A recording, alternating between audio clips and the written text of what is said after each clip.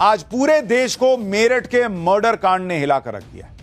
लोगों को भरोसा ही नहीं हो रहा कि एक पत्नी ने अपने बॉयफ्रेंड के साथ मिलकर पहले तो पति का बड़ी बेरहमी से गला काटा, फिर उसकी लाश के 15 टुकड़े करके 15 टुकड़े अपने पति के लाश के किए बॉयफ्रेंड के साथ मिलकर और ठिकाने लगा दिए। इसके बाद पत्नी अपने बॉयफ्रेंड के साथ मूड फ्रेश करने, पति को मारने के बाद मूड फ्रेश करने मेरठ से मनाली चली गई ताकि बर्फीली वादियों में पति के मर्डर को भुलाया जा सके। दरअसल इस मर्डर के 3 किरदार हैं, जिसमें पहला किरदार है सौरभ, जिसका मर्डर हुआ है।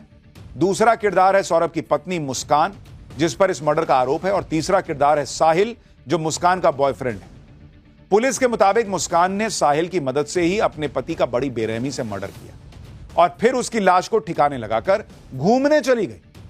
इस दिल दहला देने वाले मर्डर केस के बाद पब्लिक इतने गुस्से में है कि जब आज इन लोगों को कोर्ट में पेश किया गया तो कोर्ट में मौजूद वकीलों ने इनकी जबरदस्त तरीके से पिटाई कर दी। इसके बारे में आगे बताऊंगा, लेकिन आगे बढ़ने से पहले आपको मेरठ की मिस्ट्री की एक झलक दिखाता हूं। इसमें तंत्र मंत्र का एंगल कहां से आ रहा है यह बताऊंगा, लेकिन पहले जरा ये देखिए।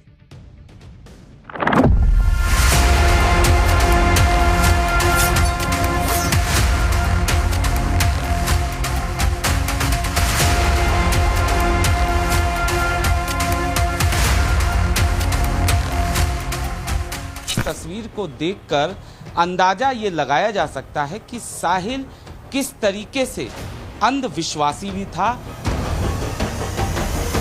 लोगों से कभी उसने बात भी नहीं की, नमस्ते राम नाम कुछ नहीं, कोई त्योहारों पे एक्टिविटी में शामिल नहीं होना, पड़ोसियों से बिल्कुल अलग थलग रहती थी। पर 1-2 महीने से उसकी एक्टिविटी ये थी कि वो अंदर भी आता था और दिन में कई बार आता था। 4 बजे आई है वो यहाँ पर बताने के लिए कि मेरे से ऐसा हो गया।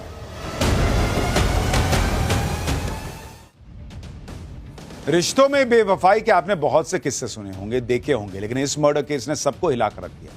क्योंकि जिस मुस्कान की खातिर सौरभ ने अपने परिवार के खिलाफ जाकर लव मैरिज की, सौरभ ने मुस्कान के लिए अपने परिवार और उनकी संपत्ति को छोड़ दिया, उसी मुस्कान ने सौरभ का बड़ी बेरहमी से गला काट डाला। इस मर्डर को लेकर पूरे देश में लोगों में गुस्सा है। आज जब पुलिस मुस्कान और साहिल को मेरठ कोर्ट में पेश करने के लिए पहुंची तो उस दौरान इन लोगों की पिटाई कर दी वहां वकीलों ने। आरोपियों का कोर्टरूम से बाहर आने का इंतजार कर रहे थे वकील, और जैसे ही पहले साहिल बाहर आया तो उसकी पिटाई शुरू कर दी गई। जैसे जहां मौका लगा वहां साहिल को ठोक दिया। पुलिस ने बड़ी मुश्किल से इन लोगों को बचाया और फिर थाने लेकर गई। जरा तस्वीरें देखिए।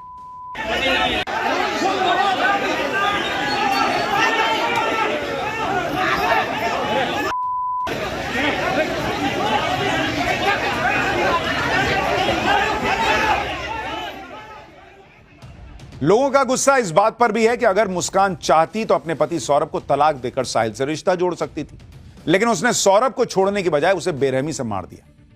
दरअसल 4 मार्च की रात मुस्कान ने अपने पति को खाने में नशीली दवा मिलाकर बेहोश कर दिया। बेहोशी के बाद मुस्कान ने अपने दोस्त साहिल को अपने घर बुलाया।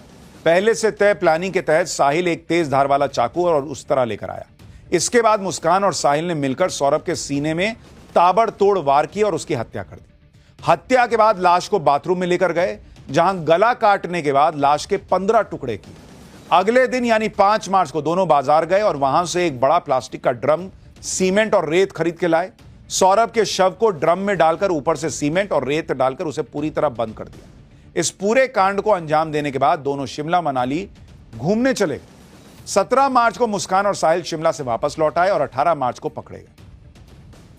पुलिस की जांच में यह भी सामने आया है कि सौरभ को इस बात का बिल्कुल आइडिया नहीं था कि उसकी पत्नी मुस्कान उसके मर्डर की प्लानिंग कर सकती।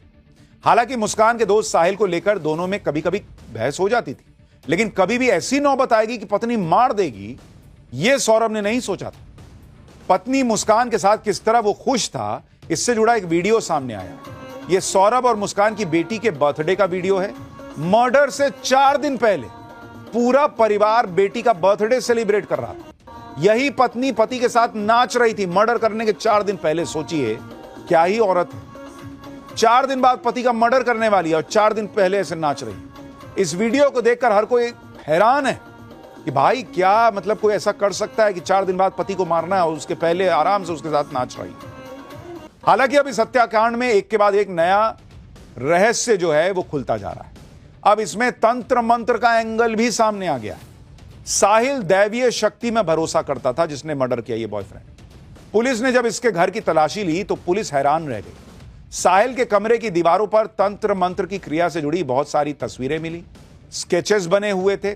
साहिल के कमरे की दीवारों पर भगवान शिव और गणेश जी की पेंटिंग्स के साथ लाल और काले रंग से उकेरे गए रहस्यमयी तांत्रिक चिन्ह भी मिले। जरा वो वाली तस्वीर भी दिखाई, ये तो शिव जी की तस्वीर है, वो तंत्र मंत्र। ये देखिए, ये तस्वीर देख के जो लोग कह रहे हैं कि भाई ये क्या ही चल रहा है। लेकिन एक पेंटिंग देखकर पुलिस के भी होश उड़ गए। साहिल ने अपने कमरे की दीवार पर एक शैतान की पेंटिंग बनाई हुई थी जो काला जादू और नकारात्मक शक्तियों का प्रतीक माना जाता है। अब तक की जांच में यह एंगल सामने आया है कि साहिल आत्माओं से बात करता था। पुलिस यह जानने की कोशिश कर रही है कि आखिर साहिल ने शैतान की पेंटिंग क्यों बनाई। साहिल की मनगढ़ंत कहानी है ये, या इस पेंटिंग के जरिए साहिल कोई तंत्र मंत्र करता था। साहिल के कमरे में पुलिस को एक बिल्ली भी मिली है। बताया जा रहा है कि यह साहिल की पालतू बिल्ली है। अक्सर जादू टोना करने वाले लोग बिल्ली का इस्तेमाल करते हैं, यह कहा जाता है।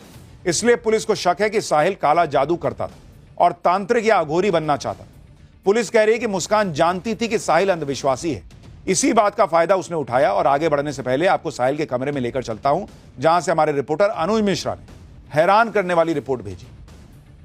इस वक्त हम आरोपी साहिल के घर पर मौजूद हैं। हम उसके कमरे में चलते हैं और हम जब यहाँ पर पहुँचे तो यहाँ पर जो तस्वीरें बनी थी, जो कमरे की हालत थी, उसको देखकर हम भी सन्न रह गए। सबसे पहले हम दीवारों की तस्वीरें आपको दिखाते हैं। आप देख सकते हैं यहाँ पर बाकायदा शंकर भगवान का चित्र जो है वो उसने बनाया है, गणेश भगवान का चित्र है। और यहाँ पर जब हमारी नज़र इस तस्वीर पे पड़ती है तो ये तस्वीर आप देखिए, एक लड़की जो है वो किस तरीके से अकेले यहाँ पर बैठी हुई है, बाकायदा ऊपर दिल का निशान है जाहिर तौर पर। और यहाँ पर ये देखिए, एक शख्स जो है वो चांद पर किस तरीके से चलने की कोशिश कर रहा है। इस तरीके की तस्वीरें जो हैं आपको दीवार पर साफ तौर पर देखने को मिलेगी।